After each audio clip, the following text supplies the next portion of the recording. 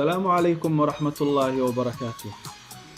soo noqod wanaagsan maanta waxaan idiin wadaa video kale oo aad u xiiso badan waxaana uga hadli doonaa sidee 10 cisho ugu diyaarin kartaa 4 maado. muraajaco kaliya maahan, waa akhris, waa xifdin, intaba wuu iskugu jiraa. 4 maadana waxaa ku diyaarinaysaa 10 maalin. afartaas maado 2 jeer oo kamid ah kormareysaa buug walba iyo maado walba. sidoo kalena waxaan idin tusi doonaa aan ila share garan doonaa qaybta dambe ee jadwal. marka maxaa u baahan tahay markaa rabti inaad imtixaan diyaarisid? waxaa u baahan tahay marka ugu horeysa inaad qorsheysid. qorshaha waa meesha wax ka bilowdaan. qorshahaaga qoraal ka dhig, qoraalkaagana magacaaga ku saxiix. haddaa magacaaga ku saxiixid, waxyaalaha aad qortay naftaada kula heshiisid, ma ka bixaysid. waxaana kow ka bilaabaysaa inaad qorshaha waxa ka dhigaysa ee tahay xilliyada aad wax akhrinaysid. xilliyada aad wax akhrinaysid waqtigaas kalandarka gasho. sidoo kale mobilkaaga kalandarkiisa geli ama kombiyuutarkaaga waqtiyada ku xir. waqtiyada 30 daqiiqo ama saacad ka hor uu kuusoo diri karaa. waxaa isticmaali kartaa Google Calendar, phonekaaga kalandarkiisa isticmaali kartaa. waqtiga blogaree meesha ku xir. waqtigaas waa commitment ka go'an, warqad kaliya kuma qorna. sidoo kale waa inaa adiga dhan nashaad tahay oo u diyaarsan tahay. adaa yaqaana naftaada xilliyada aad wax akhri taqaanid, xilliyada aad wax xifdin kartid. dadka qaar waxay jecel yihiin salaada subax marka la tukado kadib inay ilaa subaxii 8 ama 9 ay fadhiyaan. dadka qaar waxay jecel yihiin habeenkii markay dadka seexdaan inay wax bartaan ay akhriyaan. qofba xilliya u tahay. dad baa jecel inay masaajidka aadaan oo ay xilliyada salaadaha wax ku diyaariyaan marka salaada laga soo bax kadib. qofba nooc buu yahay. qofka aad tahay adaa is yaqaana.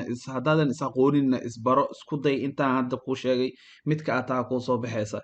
marka aan u gudbo maanta videogan aan ii wado muhiimadiisana waxa waaye kasoo qaad adiga oo 10 cisho ama isbuuc maanta ka bilowda imtixaan leh.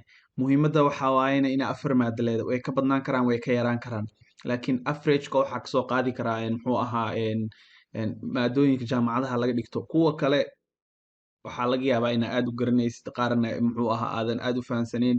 maadooyin kuuga adag, maadooyin aan kuuga adkeyn, maadooyin xisaaba. adaa hadhow isku balance garayna, laakiin ani waxaan ku siinayaa fikradda iyo sidaa wax u samayn lahayd. qaybtan marka waxaan ugu gudbaynaa in 4 maado oo maado walba ay ka kooban tahay 8 jabtar aad 4 jeer akhrisid. okay, sidaa u akhrin doonto iyo jadwalka qaybta gadaalaan kaa tusaaya. haddii maadooyinkaaga ama jabtaradaada ay ka badan yihiin ama ay ka yar yihiin, adiga isku day inaa habaysid qaabka ay tahay.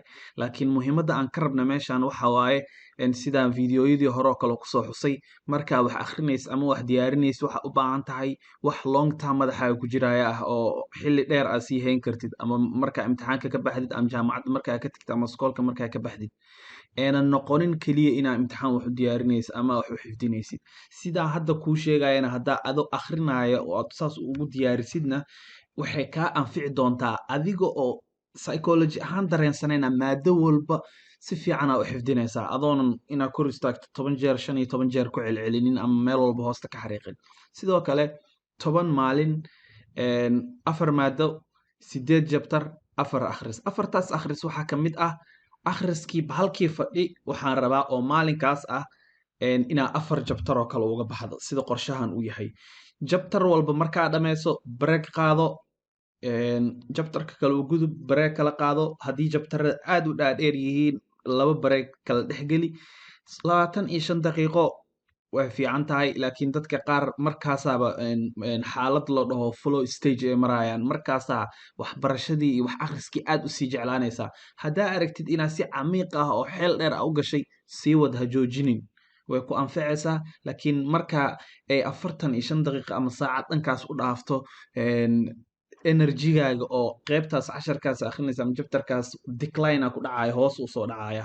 sidaas darteed waxaa fiican ugu yaraan 5 daqiiqo ama 10 daqiiqo jirkaaga kala bixbixi, istaag, qolka ku dhex wareeg ama ku dhex soco meesha aad joogtid, koob shaaha sameysa ama kafee ah. aan u gudubno marka qaybta kale. laba jeerna waa akhrine, laba jeerna waa isku imtixaanaysaa.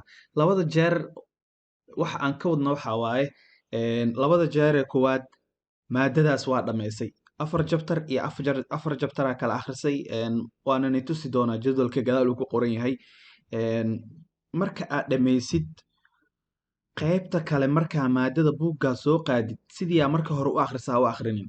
waxaa sameysaa mawduuca fiiri conceptiga kor inaad ka haysid isku yar dhegeyso inaad qof sharaxaysa xitaa iska dhig haddaa keligaa qol dhex fadhid haddaa saaxiib la joogtid sidaas oo kale samee. casharadaasna qayb kale aan uga hadlaya haddii aad detail ka rabtid meelahaas kale ka akhriso. qaybta jadwalkaani tusaya marka hal jadwalkan 10 cisho ama isbuuc ku dhowaad waxaa la rabaa in aa 4 maado ku dhamaysid. saa u jeedid akhrinta koowaad iyo akhrinta labaad 4 jabtar ee ugu horeysa akhrinaysaa, 4 jabtar ee labaad akhrinaysaa, akhrinta saddexaad waxaa ku celinaysaa oo revise garaynaysaa muraajacinaysaa 4tii koowaad. akhrinta kalena waxa ugu dambeysa waxaa sameynaysaa 4tii jabtar ee lasoo dhaafay. taariikhaha fiiri jadwalkan way kala yara duwan yihiin ama 2 maalin ama 1 maalin u dhexeysa. wax kalena uguma talagelin. haddaa xasuusitid cashar oo qayb hore waxa uga hadalnay forgetting curve. forgetting curve mar walba wuxuu dhacaa marka aa maanta wax baratid waxa aa baratid inta aa kasii haynaysid hoos usii dhacaya hoos usii dhacaya hoos usii dhacaya. waxaa laga yaabaa isbuuc inuu hoos u dhaco, maalin hoos u dhaco, bil markaa maraysa inaadan waxba ka aqoon casharkaas ama jabtarkaas akhrisay. si forgetting curvegaas aan dhextaal aan u sameyno oo waxba ee naga kala dhumin waxaan sameynaynaa marka waqtiyadan kala bedelaynaa. haddaa aragtid kalarada noocan oo kale oo yara cagaarkan yararka ah waxa waaye maalinkaas shaqo badanaa kuu taal. 4 jabtaroo akhrinaysa iyo 4 jabtaroo muraajacinaysa kuu taal. ama gelinka hore akhri ama gelinka dambe akhri ama habeenkii akhri ama soo khulaasay ama noteskaaga akhri ama slideska macalinka akhri saa rabtid u akhri. resourceskaaga waxaaga dhan markaa qorsheynaysay kuu diyaarsan yihiin. laakiin hadda jadwal oo waxaan ku siinoyaa oo overview ah bas. aan kasoo qaadna maadada koowaad oo kale haddii aad bilowday January 2 oo kale akhrinteeda labaad waxay noqonaysaa 2 cisho kadib. akhrinteeda saddexaad waxay noqonaysaa 2 cisho kadib. akhrinteeda afraad 2 cisho kadib. okay maadada labaad sidoo kale bisha 3deeda akhrisay u fiirsaya meeshan maalinkan akhrintan aan sameysay waxay ahayd bisha 2. isla akhrintan kale markaa sameynaysa bisha 3 tahay maalinkan 4 fiiri.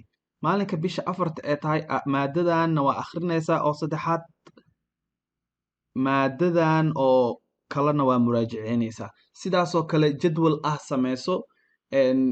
waxaana qaybo kalaan ku faahfaahiyey laakiin jadwalkan jadwal raf ah waaye maadooyinkaaga ma ahan laakiin waxaan rabaa inaa ad midaa leedahay aad sameysato.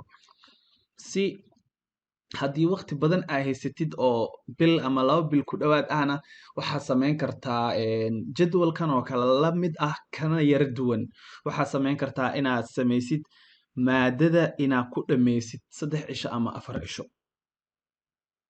okay laakiin iska akhri oo iska akhri ah in aa akhrisid ma la rabo. qayb walba markaa akhrisid buugga isku laabaysaa waxaa leedahay maxaa akhriyey, maxaan ka fahmay, maxaa igu cusub, maxaa igu adag, mawduucyadiisa maxay ahaayeen. warqad cad sameyso dhexda mind map ku sawir oo fikradda koowaad ee ugu muhiimsan ku maap gare dhexda ku qor.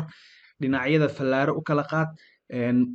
jabtarkaas waxyaalaha ugu muhiimsan uu ka kooban yahay oo conceptiyada aad ka xasuusatid qor.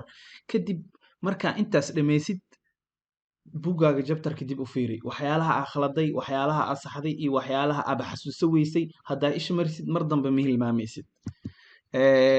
jadwal kale oo dheeraad ahna igu daraya marka kan bonus waay. 1 bil asagana waxaa ku diyaarin kartaa 8 maado. markaan waa kordhina maadooyinka 8 maado inaad diyaarinaysid oo 1 bil aa ku diyaarinaysaan ka dhigayna. jadwalkii hore oo kale wuu ka yara duwan yahay laakiin u fiirso mar walba ani waxaan rabaa ugu yaraan maadada inaad 2 mar akhrisid.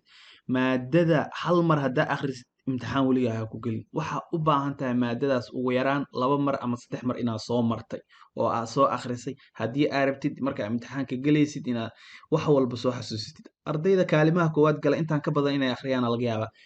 Wareeso maadadii 1, 2, 3, 4, 5 jeer inay akhriyeena laga yaabaa. Qofkaas sidii kalfaatax ee madaxiisa ugu dhex fadhiisto wuu xifdisan yahayba. Laakiin adiga maadaama degdegna uu kugu jiro hadeertaan oo bil aa haysatid ama 10 cisho aa haysatid, laakiin weli ha isdhiganin, niyadaa u baahan tahay inaa yeelatid, waana baran kartaa, waana xifdin kartaa insha Allah. Akhyaarta aad iyo aad aa u mahadsantihiin. Sii share garee, subscribe dhehe, ardayda kale la share garee. Mawduucyada aad jeclaan laheedin inaan ka hadlana boostiga insha Allah qaybta commentiga kusoo qora. Asalaamu calaykum waraxmatullaahi wabarakaatuh.